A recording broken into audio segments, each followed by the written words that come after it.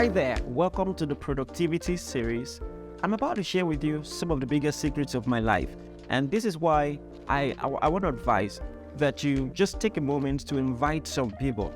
Just share this link right now to your friends, tell them to be a part of this premiere, because I'm about to dish some things that will be so powerful and life-changing. You don't want to be the only one to hear this, so I'm giving you a few seconds, and whilst you're at it, please hit the subscribe button, subscribe to this channel, and do go a step further, click the bell button until you see the parentheses around it. So go ahead. You know, all those WhatsApp groups that disturb you with content you're not interested in, this is your time for revenge. Fire them this link, all right? Sweet purposeful revenge. How do you say it? All right, let's cut to the chase. I'm talking about reinvent, and I just want to talk about the need to sometimes change the direction that your life is going. My favorite Bible character. Well, that's it. The hard question to answer. What's my favorite Bible character? But for the purpose of this life, my favorite Bible character is David. And why is David my favorite Bible character? It's because he was able to create many facets of his life. Who is David? Well, it depends on the timeline that you're looking at. At some point, David was just a shepherd boy. At some point, you could say he was a delivery boy because his father would send him to deliver a message to his brothers who were in the army. At some point, you could say he was a hunter. I mean, if you've killed a lion and a bear before, you're definitely a hunter, or a musician, or a king, or a prophet. You know, there were just so many layers to his life. And you see, many people find themselves fixated in a particular direction. And when they find that that direction actually has no way out, especially in this quick evolving time of life, period of existence that we're in, then they find themselves stuck. Think of people who were very skillful at using the typewriter and refused to embrace, the change that the computers brought in. And before they knew, they became obsolete. You see, so you have many people like that. And that's why reinventing yourself will be one of the most powerful things that you can learn. You see, I've seen many well-meaning people, many good Christians who pray tirelessly for a change. God bless me and all of that. But you see, if God is going to do anything in your life, He's going to have to start by changing your mindset. Because you cannot see lasting change in your life if you don't change your mindset. One of the biggest things you can learn in your life is the ability to escape the trap of the comfort zone. A lot of people are too easily impressed. We just have this barest minimum perspective to life, where as long as I have a roof over my head and I have a meal, to eat every day, even if it is not 3 square meal, and then I'm okay. So if you don't escape the trap of mediocrity and the comfort zone, you will never really attain your fullest potential. And you have to understand this, that human beings, we are creatures of habits. And unintentionally, there are just some things that we become fixated on and we begin to repeat, and it becomes a pattern. Let me give you an example that some of you can relate to. Did it ever happen that a light bulb in your house went out and you just said to yourself, well, I'm going to change it? And you kept procrastinating because, listen, you had to tell yourself, what will it cost to change this bulb? Well, I'm going to have to go to a store, then I'm going to have to climb up. But going to the store, somehow you discovered that you were going to the store many times. You bought every other thing, but you kept forgetting to buy the bulb. Is there anyone who can relate to this? And then, even when you bought the bulb, just the discipline to put tables and climb up and change it, it was just a struggle for many people until you realize that you have gotten so used to it. In fact, you develop night vision. You are used to going to that part of your house, and you know where everything is, or subconsciously, you're using the touch on your phone, and you're not even thinking you don't have any sense of urgency anymore about changing it. And sometimes it takes someone else coming to live with you for a bit and saying, guy, why haven't you repaired this decoder? After all this while, why haven't you changed this light bulb? And that's how easy it is for us to develop, habits. And that's something you must learn. You must learn to break out of the status quo and observe yourself, critically, and say, what must I change? Because there's something called unconscious competence where you just go on without thinking. Some people are actually living unconscious. They're not intentional about anything. And that's not a way to become an excellent person. Let me give you another example. In my secondary school, I had the opportunity to be a part of basketball drills. And just the fact that we could be on the court, a lot of students were very excited. And before the coach came, they got the ball, and they were trying to make shots and all of that. And there was a particular guy, for every shot he made, he would shout, "Kobe," because that was raining basketball at the time. He would do his hand like this and make funny facial expressions, bring out his tongue, all those poses. Some of you know what I'm talking about. And shout, "Kobe." Now, he wasn't a good basketballer, but it was nice and fancy to pretend to be Kobe and all of that. When the coach actually came, the coach gave them boring drills. Just imagine thinking to yourself, yeah, we're playing basketball today and we're going to play and we're going to make shots and all of that, and it's going to be nice. But for the first few times, they didn't even play an actual game. The coach would just say, "Drop the ball, run from this point to another, jump for this long, and then do this and do this," or pass the ball to each other from one end of the court to another. And it was very boring. But you see, those drills were the drills they needed to actually improve. Had they been left to themselves, they would just fool around and be trying to make shots, because we are so into our comfort zone. Even if we are not getting better, as long as we look cool, we are going to stick to the status quo. And actually, a lot of us are making that same mistake in key aspects of our lives. Maybe in our relationship, when you're doing Kobe, and in the sense that maybe you're in an abusive relationship, but because of the fear of coming out, you're wondering, what if I never get someone like this? Well, you can't stay in that abusive situation. And some people, it's their academics, all right? Listen, you finish with your third class, you want to be a lecturer. It's not possible. It's high time you accepted that. Reinvent yourself. Go back to the drawing board and say, if I really want to do this, this is what I must do. It is foolish to keep doing the same thing and to expect a different result. Or for some people, it's their career. I mean, it takes a lot of discipline to say, at this pace and in this place, I'm never going to achieve my goals, all right? And I want to talk about something sensitive. For some people, it's their appearance. You've never given it any conscious thought, how you can look better and all of that. And you see, a lot of Christians falling for this trap. The fact that you're a child of God doesn't mean you shouldn't pay attention to that. You see, it is true that God doesn't look at the outward appearance, but you're not doing business with God. You're not getting married to God. Men look at the outward appearance. God doesn't look at the outward appearance, but man does. Never make that mistake. And if you don't learn to pay more attention to how you look, you're going to miss a lot of simple opportunities in this life. So what are the reasons for you to reinvent yourself? I'll just give you a few. The first is, if you are dissatisfied with the status quo, that's a pointer to the fact that you must reinvent yourself. Reinvent yourself. Maybe you're young, but you're not fit. Do something about that. All right? Do something about it. Or maybe it's your finances. You know that you should be able to do better than you're doing at this time. Or do something about it. If it's your academics, are you experiencing dissatisfaction?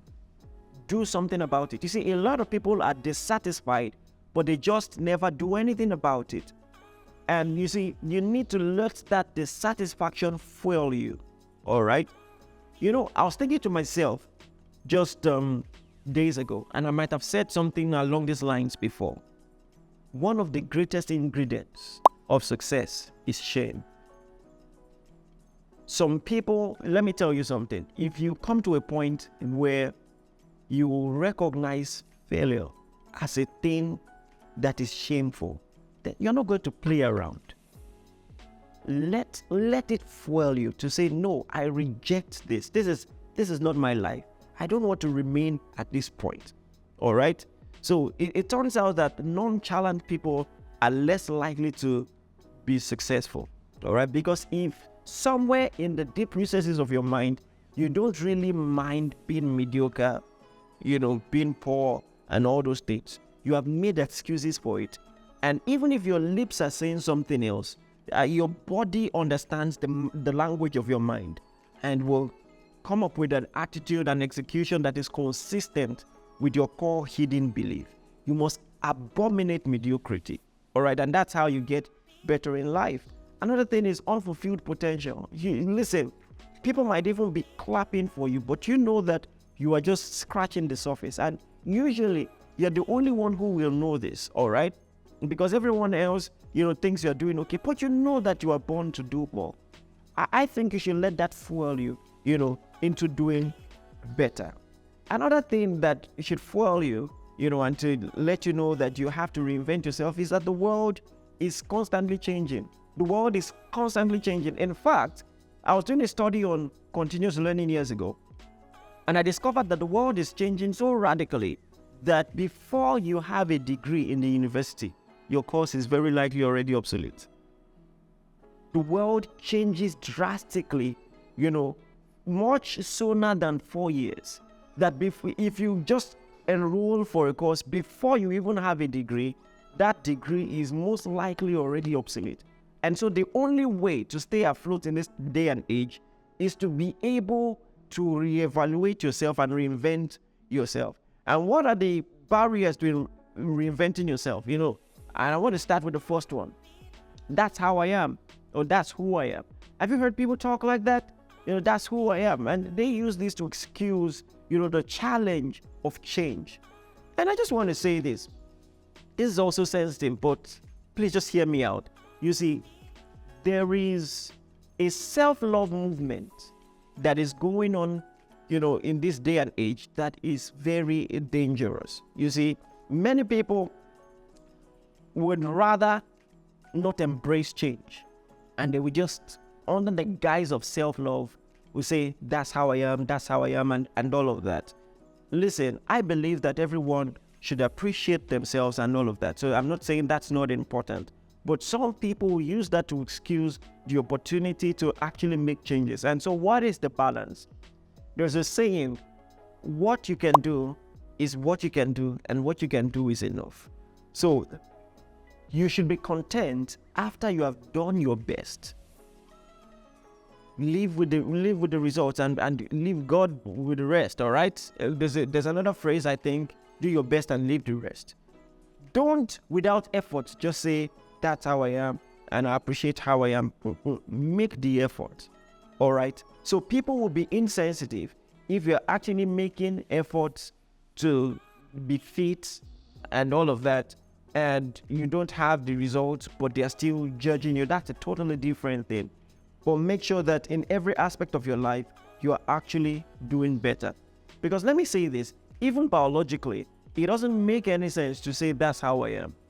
Because even if something was your literal DNA, there is something called DNA mutation. You see, I was watching this TED Talk years ago about, how to change. And someone said this, that even DNAs experience mutation. So in the core of your being, there are situations that you can subject yourself to that will initiate a change in your life. So that's why I believe that you can actually change. And so don't fall for that crap of that's how I am. Another barrier to reinventing yourself is selective intentionality. Some people are actually intentional, but just in some things. Just like the typical African parent, all they want to hear about is your academics, and all of that. But you see, in some other aspects of your life, you must learn to maintain that energy. What are the things that you actually need to tweak? The reason probably you don't speak better than you speak is because you have not deliberately learned to speak better. So what are the things that can radically change my life for the better? And just get better at those things, all right? Because, now, this is the encouraging part. Anything you succeed at is a pointer to the fact that you can succeed at other things if you just put your mind to it, all right? So bear that in mind. Another barrier to reinventing yourself is religious bias. You see, take the whole world and give me Jesus.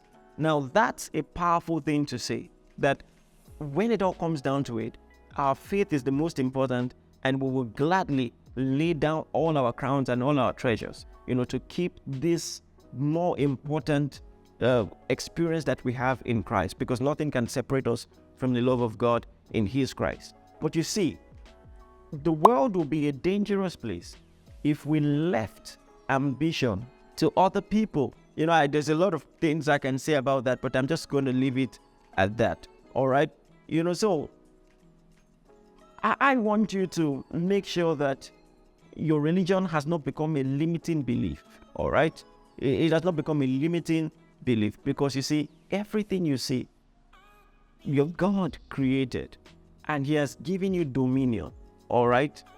God put Adam in the Garden of Eden, and Adam was charged with the responsibility to make the rest of the world like Eden and even better. So now, what are the steps that you must take? I told you we are habitual beings. Many people don't know how to change because they have not learned how to change. And change will just take intentionality. You just have to learn to put in the effort, all right, to actually change. It's something that you can get better at with consistency. Just start with the small things and just learn to change things, all right? But let me itemize. If you want to reinvent yourself, it's going to start with personal assessment. And that's why I want to talk about that self-love mantra again.